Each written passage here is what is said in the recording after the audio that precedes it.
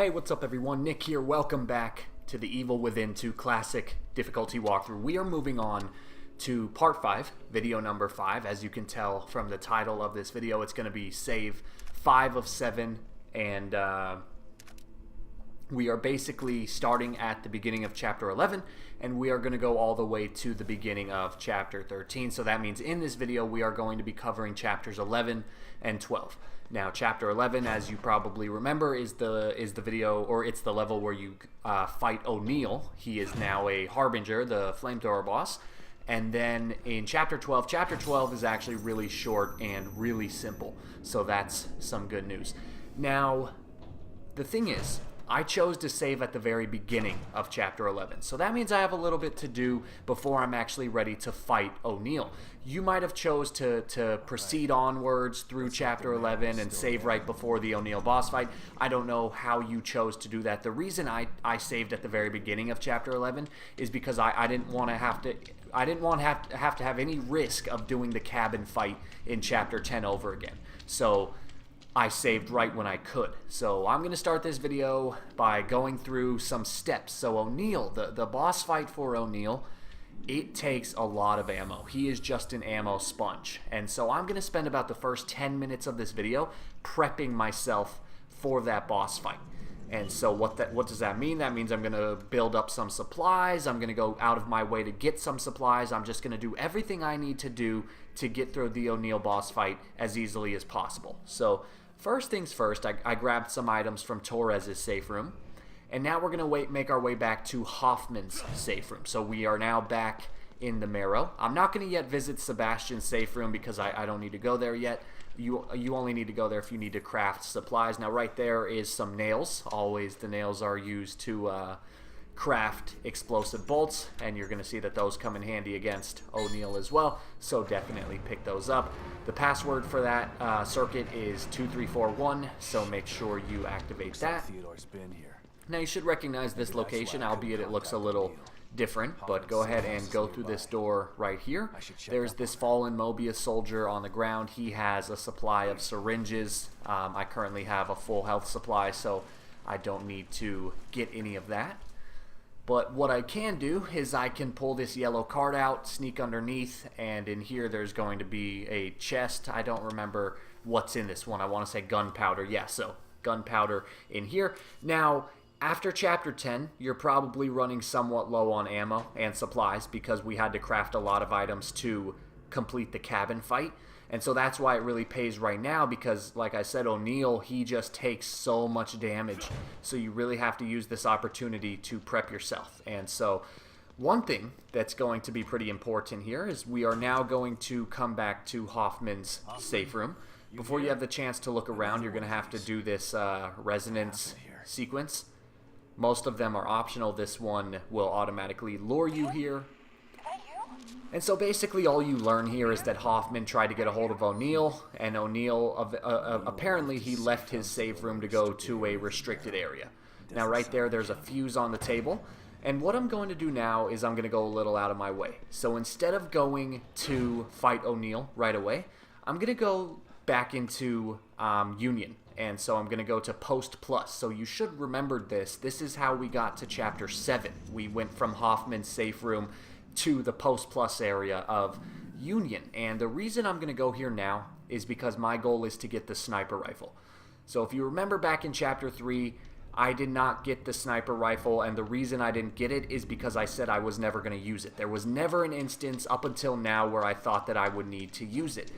Against O'Neill, you're going to need all of the ammo you can get. And so that's why I'm going to go out of my way right now to get the sniper rifle. And the beauty of doing it now is that if you remember in Chapter 3, we did actually pick up the sniper rifle, but it was broken. And so in order to use it, you had to go out of your way to get the parts. And that was actually kind of difficult. So I said, screw it.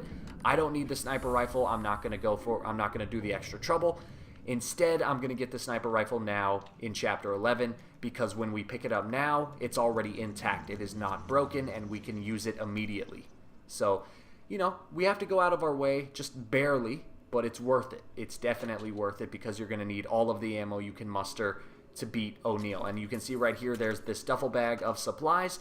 Now, we are going to end up coming back here anyway. once we start the next video. And so you'll get those supplies later on, but obviously since I'm picking them up now, that's not going to be an issue. Now you're actually going to see off in the distance there is a Harbinger. This is the guy, that's O'Neil, or that's not actually O'Neil, that's just an enemy like O'Neil. But we're not going to worry about that right now. We'll be able to worry about that in the next video when we tackle chapters 13 and 14. So for now, what you're going to do is you're just going to run over to this ladder here, climb on top of the roof, and you can see the sniper rifle off in the corner. Now, if the sniper rifle had been deeper into the map, I wouldn't have wasted time getting it. I just would have said screw it. But because the sniper rifle is right here at the very entrance of the map, it's worth it. So there is going to be a disciple up there. Those are the flame guys. He'll wake up after a couple seconds. I don't know why I hopped on the trash can there. So don't linger on that rooftop for too long. Just get the sniper rifle, get the other item I got, and then right here there's a glass bottle, which I ended up picking up as well. And then just get right back into the building. And that's it. That's all we're going to do here. So like I said, we are going out of our way, but we're not going to explore the map a lot. We're just going to go straight for that building, climb on the roof, get the sniper rifle, and that's it. We're good to move on. And now we're going to advance towards the actual objective of the level. And you'll notice I've also, by going out of my way, I've found a couple fuses. And the fuses are very helpful because the fuses are what allow you to craft shock bolts. And just like in the cabin fight, shock bolts are going to be your best friend during the O'Neil fight.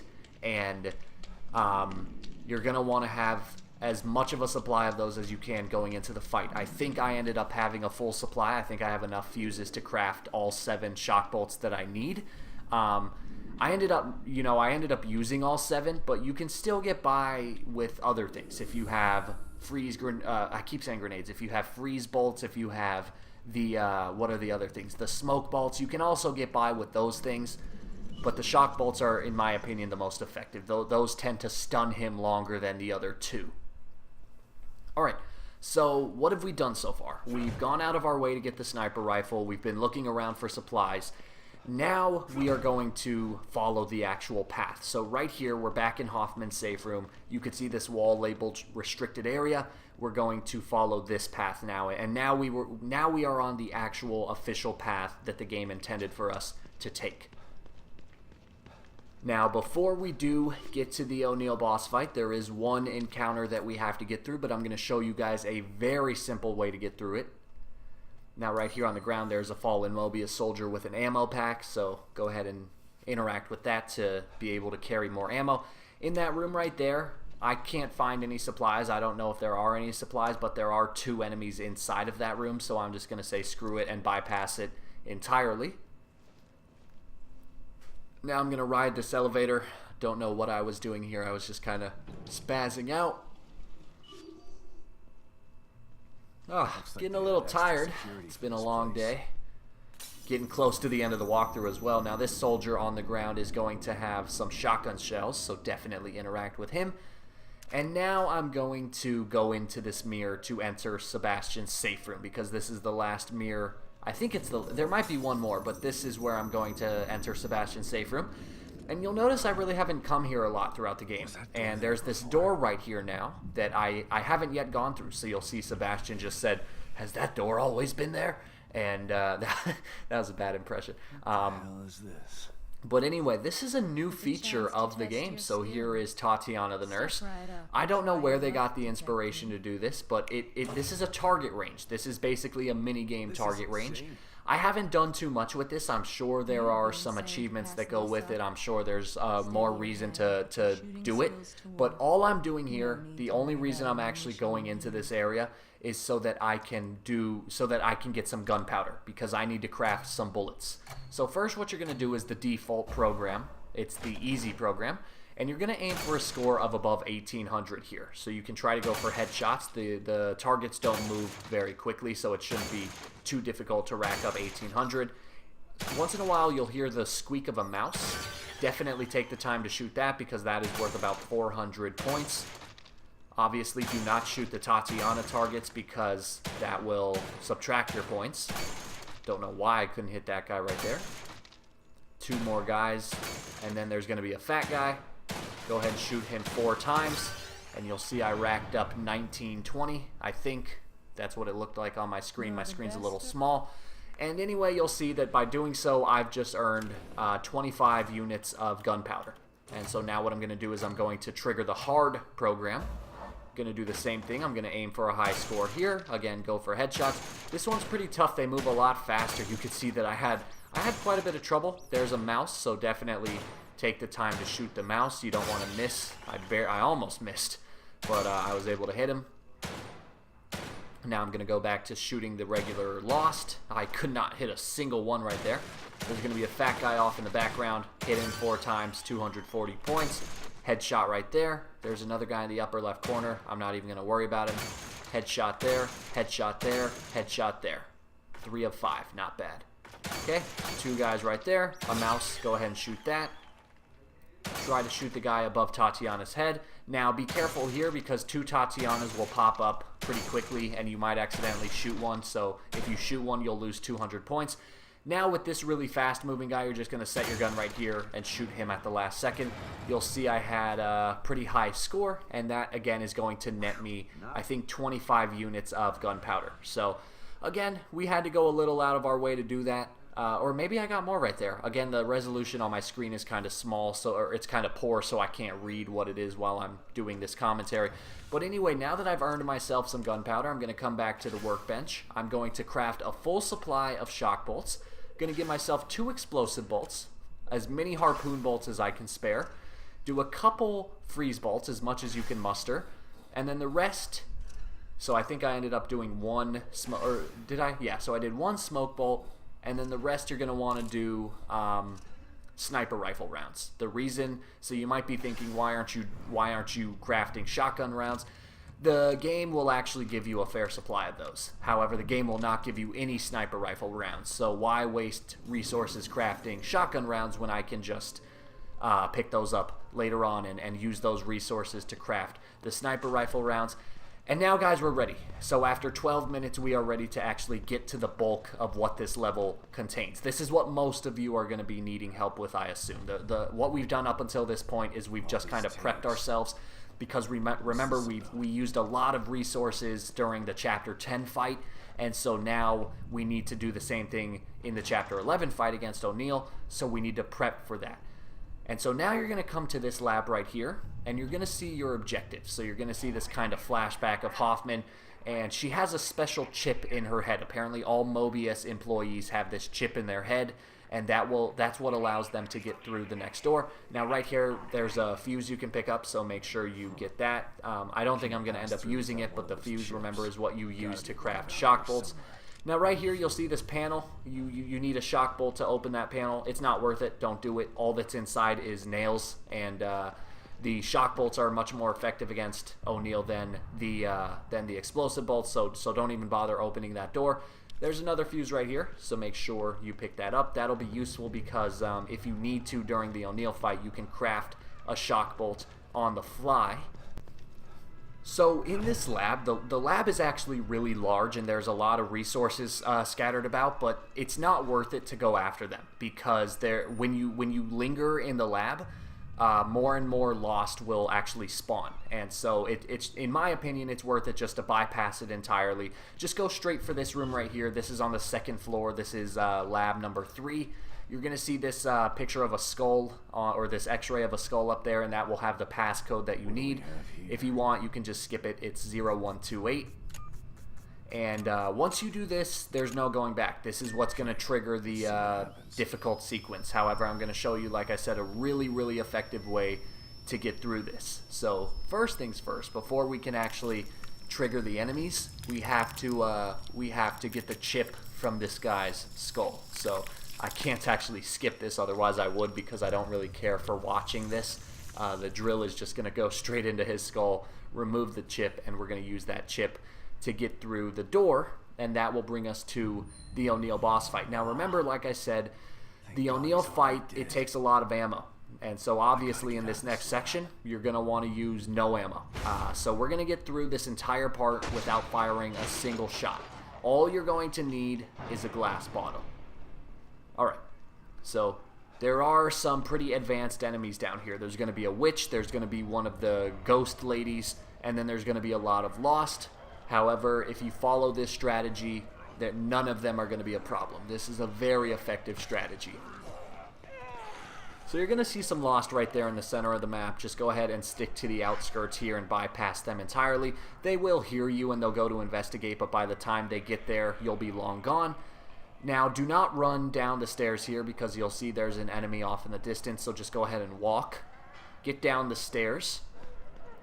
And once you are down here, this is where things are going to get nerve-wracking, but they're not very difficult. So you're going to approach this corner here, and if you rotate your camera, you can see that there's actually a witch right there. So obviously you do not want the witch to see you because that will kind of ruin everything. So you got to be careful here.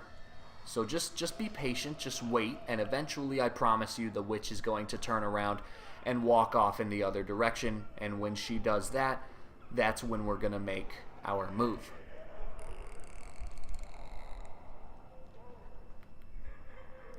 So there she goes. We're going to creep into this area right here. You'll see some gunpowder on the table. Go ahead and pick that up. Any other items, they typically aren't worth it because you want to get out of this room as quickly as possible. This is not a fun room. It's very nerve-wracking. It's a very scary room. There are a lot of lost. There's the witch. There's the ghost. There's just a lot going on here. Now, I'm going to approach this corner. Sometimes the ghost will... So right here, you actually can't see her, but a lot of times the ghost will be waiting right here, and you're just going to wait for her to go off on her own. But you see here, I got lucky, and she was on the opposite end of her path. So what you're going to do, once the ghost is gone, go ahead and throw a bottle over there, approach this door. It will automatically register the chip. And then you can see it's going to open. I'm going to turn around. I'm going to sprint through as quickly as I can. As soon as you hop over this barrier, the enemies cannot follow you any longer. So as soon as you get over that barrier, you do not have to worry about the enemies. So instead, pick up those resources, walk into this room here, and as you can guess, this is where we are going to face off against O'Neill. Before we trigger that fight, though, we're going to run around and pick up some supplies. Now in this room, you remember one of the things I recommended was using your supplies to craft bolts, to craft shock bolts and explosive bolts and harpoon bolts and things like that. And the reason I said to not necessarily craft a lot of ammo is because there is a fair amount of ammo in here. There's some shotgun shells, there's some pistol rounds. Now that being said, if you did craft some ammo, or if you go into this fight already having some ammo, you're certainly not going to be in a bad position. It's just that there are no bolts in this room, and the shock bolts, like I said, are what are really going to make this fight doable. Now, one last thing I recommend doing before you trigger the fight is just walk around. Just walk around once or twice the entire so this room completely loops around in a circle, or not a circle, but it loops around. Just take once or twice. Just walk through the whole thing to learn the layout so that you don't get stuck or lost during the actual boss fight. And once you feel like you're ready, approach this door and we are going to start the fight. You might want to have your shock bolts ready to go because we're going to be using one of those right at the start. So here we go. Shoot one right away, right before he's able to shoot that fire at you.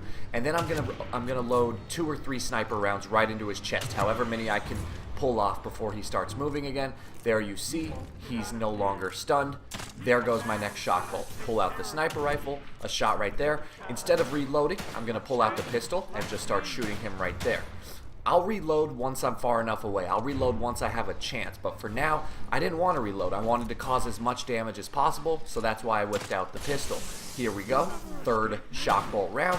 Again, I still don't have time to reload that sniper rifle, so I'm just going to go to town with the pistol. And then check this out right here. This is a really useful strategy. He's about to shoot fire at me. I'm just going to shimmy to the left, hide behind the corner, and then resume shooting. Anytime he starts moving towards you, you're gone. Just move, because at any second he can turn around and he can move really quickly and do this charging move at you, and it's really hard to dodge that. So the second you see him start moving towards you, just leave. Just turn around and run away. Here we go. Time to reload a new shock bolt. Wait for him to turn this corner. And there we go. Shock him again. Now this one, I didn't know what to do. So I pulled out the sniper rifle and started to reload it. I think I ended up getting one shot in, so not the best use of the sniper rifle, but hey, it works.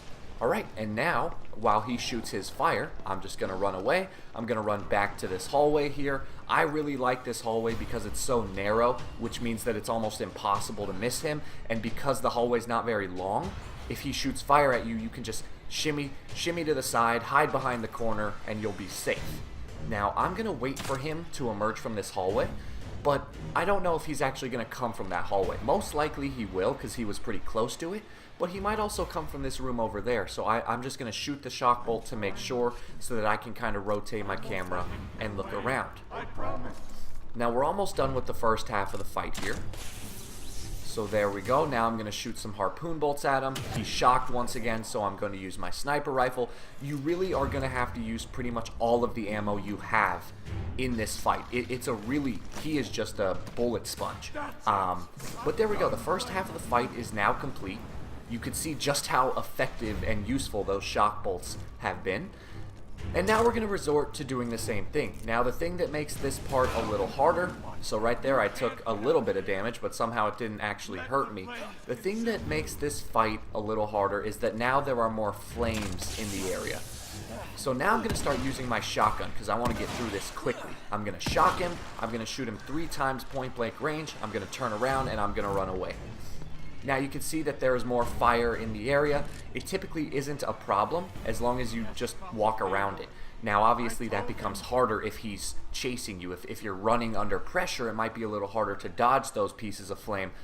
But in the end, I mean, if you follow this approach, it doesn't become too difficult because the #1 strategy in this fight is to just always keep your distance from him.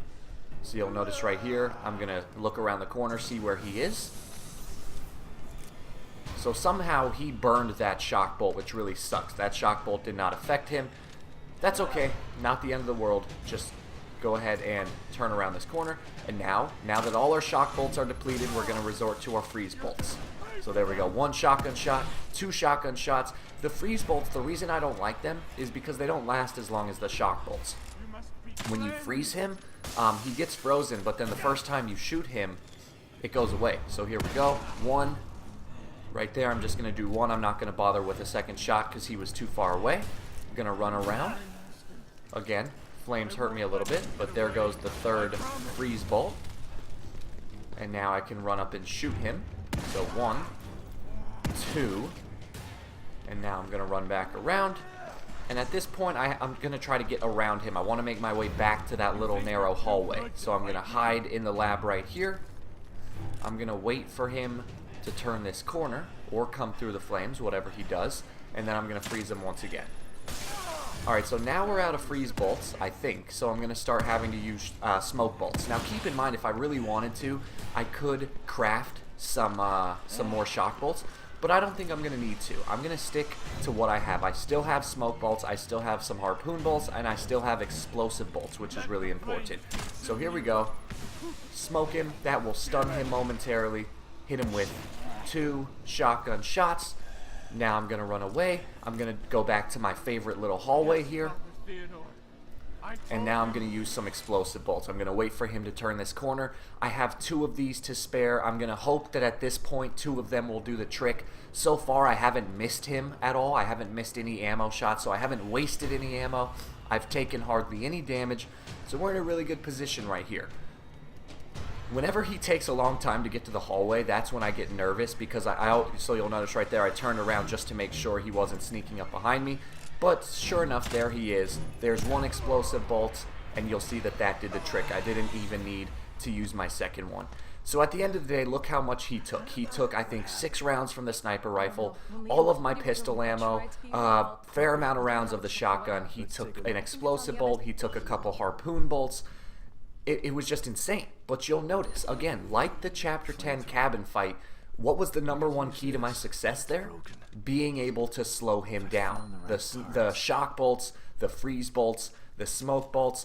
And that's because during this fight, you just do not want to get close to him unless he's stunned. If he is not stunned, you have to keep your distance. You have to just keep running away from him. Otherwise, he has this attack where he he basically rams you with his flamethrower and then just burns you, and it's a one-hit kill no matter what.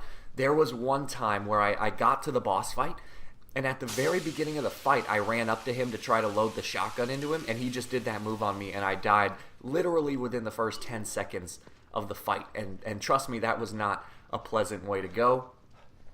But yeah, guys, so that fight, it can be challenging, especially your first time through. So that, again, is one of the benefits of having saved at the start of Chapter 11. Another piece of useful advice, I'm going to try to explain this as clearly as I can. So I saved my game before at the start of Chapter 11, okay? So that means that I could have saved my game at the start of the O'Neill fight, like right before that lab section. I could have done that. But I didn't. I saved my game at the start of Chapter 11. So clearly I don't want to waste another save at the beginning of the O'Neill fight. But what you can do is once you get to the lab section, you can save your game, but save it to a new save file. And then what you can do is you can keep reloading that temporary save file to practice the O'Neill fight. And then once you feel ready to take him on, just reload your official save, the save at the beginning of Chapter 11, and then by then you've had some practice and you can do it pretty easily. So I hope that makes sense how I'm kind of explaining that. And keep in mind, if you didn't save at the start of Chapter 11, if you instead saved later on at the like right before the fight, well then you're in a pretty good position anyway. You have nothing to worry about. It was just that me personally, I saved at the start of Chapter 11 because, as I've mentioned, my game crashed on me back in Chapter 8, and I am just in constant fear that that's going to happen again, and it's going to delete all of my progress. So I like to be very cautious with my saves, which is why I like to typically save as soon as I can. So perfect example of that is my original plan. In this video, my original plan was to get halfway through Chapter 13 before I saved my game.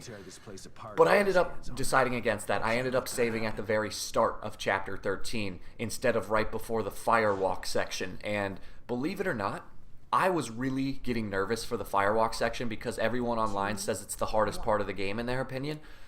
I don't know. I don't really think I was lucky here, but I ended up getting through the firewalk section on my first try, and I was pretty proud of that, and I'm going to show you guys exactly how I did it in the next video, and I really hope that you can find some use of my strategies, because after the firewalk fight, things don't get too difficult. Alright, so anyway, this is the next section of the game. All I did right there was skip a pretty long cutscene between Sebastian, Hoffman, and Torres. Now in Chapter 12 is incredibly short, but it's incredibly nerve-wracking because you don't want to have to do any of the O'Neill fight again, so you don't want to die here. Now there are numerous enemies in the area. I'm going to show you how to bypass all of them without using any ammo. So here we go. Chapter 12, Bottomless Pit. This is kind of the hellish hallucination that Flashback is having because of Father Theodore. What you're going to want to do is stick to the far left perimeter of the map. So you can see how I am very far away from the action. So you see those flames off in the distance, and eventually it's really dark here, but you'll see some lost off in the distance as well. I'm going to just bypass them. I'm going to stick to the far left of this map. You will eventually reach an invisible boundary, so you'll notice that there are certain moments where I try to shimmy even farther to the left and it won't let me because there's a natural invisible cutoff point. But so you can see that enemy off in the distance, and I don't like to test this personally, but apparently the enemies here have a harder time seeing you because it's darker, and so you can get closer to the enemies without any danger. Like I said, I don't like to test that. I like to just get through this as quickly as possible. I don't like to dilly-dally. But you can see this enemy off to my right. I'm pretty close. I'm relatively close, and she doesn't see me. So I can see how there is some truth to that belief, and we're going to take advantage of it here. Now there's going to be a new type of enemy, these big guys, and believe it or not, you can stealth kill these guys. And I don't know what happens here, but somehow my game almost tries to screw me. So you see that it just doesn't give me the stealth button indicator, and he turns around and he almost sees me twice. So check this out. Again, there's the indicator, it disappears. It just keeps disappearing until finally I got it to stick. I was just like rapidly mashing the A button. I have no idea why it did that to me, and I was cursing at the game the entire time because the problem is if that guy sees you, it's pretty much an instant kill at this close of a distance, because when he sees you, what he does is he actually explodes. That's what the new type of enemy is all about. So if he sees you, he will just explode right away, and if you're that close to him, you're probably going to be killed in one hit. If you're somewhat far away, you can actually survive the explosion, but it can be very deadly. All right. So I don't know why the game decided to torture me right there, but I was very nervous. You'll see that the rest of the room, in fact, killing that guy is my biggest fear. The next two areas aren't that bad if you know what you're doing. So you'll notice I stealth killed the other Lost that was on its knees tearing apart the victim. And now we are free to open this gate, and that will bring us into the second section.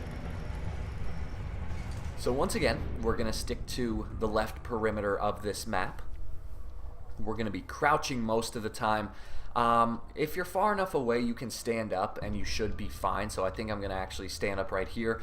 Now right here where you see this little tribute fire area, there are two enemies in the blood that will pop up if you get too close. So try to stay again as far left as you can, and you'll see that I'm able. So right over there by those candles, that's where they emerge. You'll see that I'm able to, you know, stay so far away that I can just bypass them entirely. All right, so now once again we're just going to stick to the far left perimeter of the map. You'll notice how there are some enemies off in the distance, but they're not really paying attention to me because they can't see me. One thing is, I didn't test this, but I would recommend not using your flashlight. Just use the natural lighting of the level, even though it is very poor, because my fear is that they're going to somehow see my flashlight off in the distance and then come and attack me. You know, realistically, obviously they would see my flashlight. But I remember in the DLC for the first game on Kuriyami mode, the enemies never reacted to Kidman's flashlight, and it was like completely unrealistic, but that's just what happened. So that might very well be what happens here, but I was not willing to test that theory on classic difficulty. So I decided against it. Anyway, you'll get to that door, and then you'll see a doll on the ground, and if you go and investigate it, that will trigger this little sequence with Lily. And now we are in our third and final part of the level. This is going to be pretty similar to the first two parts. We're in this giant empty dungeon. There's some Lost walking around. And so what are we going to do? We are going to stick to the left side of the map, the far left side. We're going to do the same exact thing until we get to this staircase going down. And once you get to that staircase, you are free. You're home free. The enemies won't chase you down, and you're going to be good to make it to the next save point. Now, the one alteration in this room is there is one of those mutant four-legged, two-headed crawler things off in the distance. Now, he's typically patrolling right around the staircase. However, I did this section twice, so I only did this part twice before I beat it, and I found that mutant monster was always in the same location, and as long as you stick to the far left side, I never had to worry about him, and you actually won't see him until the very end of this room. So first things first, right off the bat, just stick to the far left of the room, keep your distance, shimmy around the outskirts, and you could see how many Lost I'm actually just bypassing with this method. Again, it's pretty dark in here, so it's even harder to see the mutant. One thing I can recommend is maybe turn your brightness settings all the way up. Maybe that will help.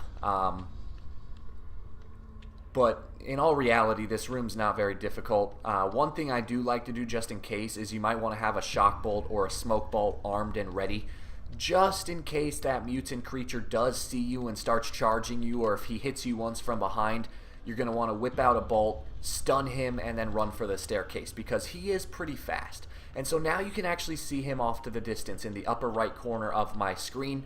You can see him running around. It was very hard to see, but hopefully you saw that. He was off in the distance. So what I'm going to do is I'm actually going to... So the staircase is right here on the other side of this crumbling wall. I could have gone around the short way, but just to be safe, I'm going to go around the long way. There's more cover, I think. And so there you can see the entrance to the staircase. I'm going to slowly approach it. You'll notice some gunpowder on the ground right there. I was so eager to get to the staircase, I didn't even pick it up. I probably could have, but at some point I'm just going to sprint to the staircase, and like I said, once you get onto this staircase, the enemies aren't going to chase you on, so you're free. And that's it, guys. That is Chapter 12. Chapter 12 is very simple, and this is going to lead us right into Chapter 13. Now, like I said, originally my idea, if you know what to expect, Chapter 13 is the level with the firewalk in it. And so my original idea was to go through half of Chapter 13 and save right before the firewalk. I ultimately decided against it. I decided to save at the very start of Chapter 13, and I did that for two reasons. Reason number one, getting to the actual firewalk can be challenging. It can be risky, and so I wanted to save my game just in case. Reason number two is I decided during the firewalk you need a lot of ammo, and so I decided, well, you know, what if I reach a case where I don't have all of the ammo I need? If I save at the start of Chapter 13, I can walk around the city of Union looking for ammo, and then do the firewalk. So that'll be up to you. It depends on how aggressive you want to be. If you're feeling lucky, then you can save your game. You can go through half of Chapter 13 and you can save your game right before the firewalk. If you're feeling cautious, then I recommend saving your game at the very start of Chapter 13. Now, for me, like I said, it ended up not making a difference because I was fortunate enough to beat the firewalk on my very first try.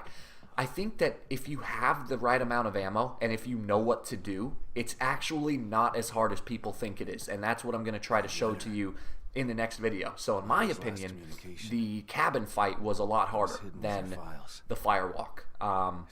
That's going to be different for everybody. People might have different opinions, but I'm going to show you the best I can the strategies I used in the next video. That's what I'm going to be showing you in the next video. So anyway, guys, you're going to see this letter on the table here. Go ahead and investigate it. You have to do it twice. You have to look at it once, and then the second time Sebastian will actually pick it up. You're going to hear a knock at the front door. You'll go ahead and answer that, and that will kind of bring you back to reality.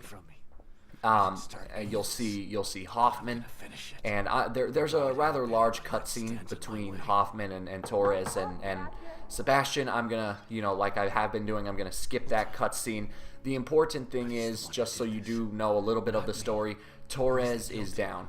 Torres basically died fighting, which is how I think she would want to go anyway. But anyway, guys, here we go. I am now back in Hoffman's safe room. Once I gain control of Sebastian, the first thing I'm going to do is save my game, just so that I don't have to worry about my game crashing. And then in the next video, we are going to take on all of Chapter 13. So you see here, we're at the very beginning. I'm going to save my game, and that's when we're going to get down to business in the next video, and we're going to tackle the firewalk, which most regard as the hardest section in the game, but I'm going to show you how to get through it. Thank you for watching, everyone. Like and subscribe if you get the chance. I hope you're enjoying this, and I'll see you in the next video.